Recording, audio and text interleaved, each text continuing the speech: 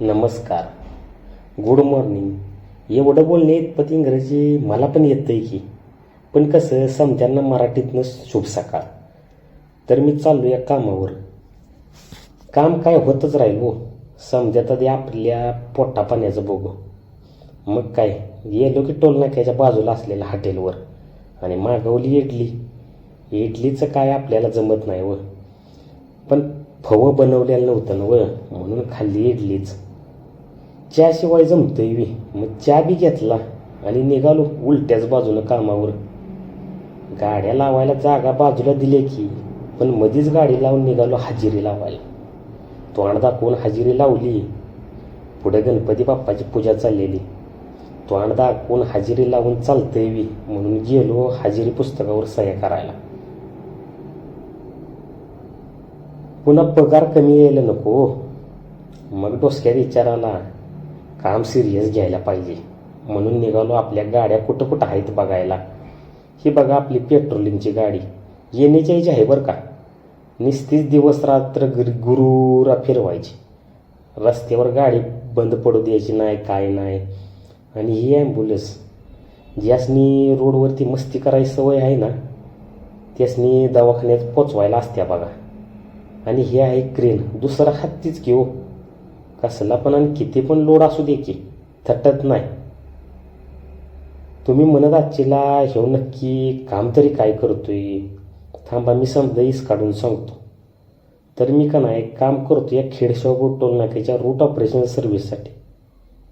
म्हणजे तुम्हाला कळालं नसेल तर कसं असते, रस्त्यावर गाड्या बंद पडल्या त्यासनी रोडमधून काढून घ्यायचं. ॲक्सिडेंट झाल्यावर दवाखान्यात पोचवण्यापर्यंत, ती गाडी बाजूला काढायपर्यंत समजा काम आम्हालाच करायला लागते हो.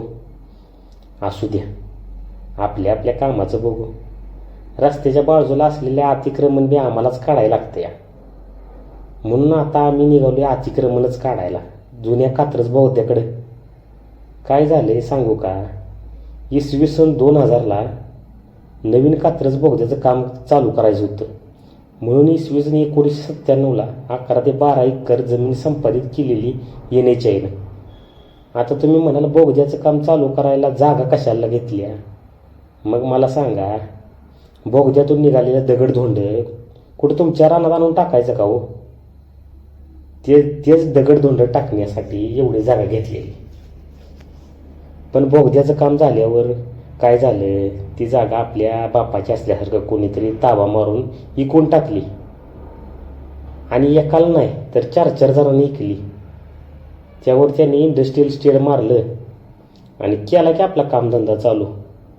त्याचाच इस्कूट करायला आम्ही तिथं चाललो या.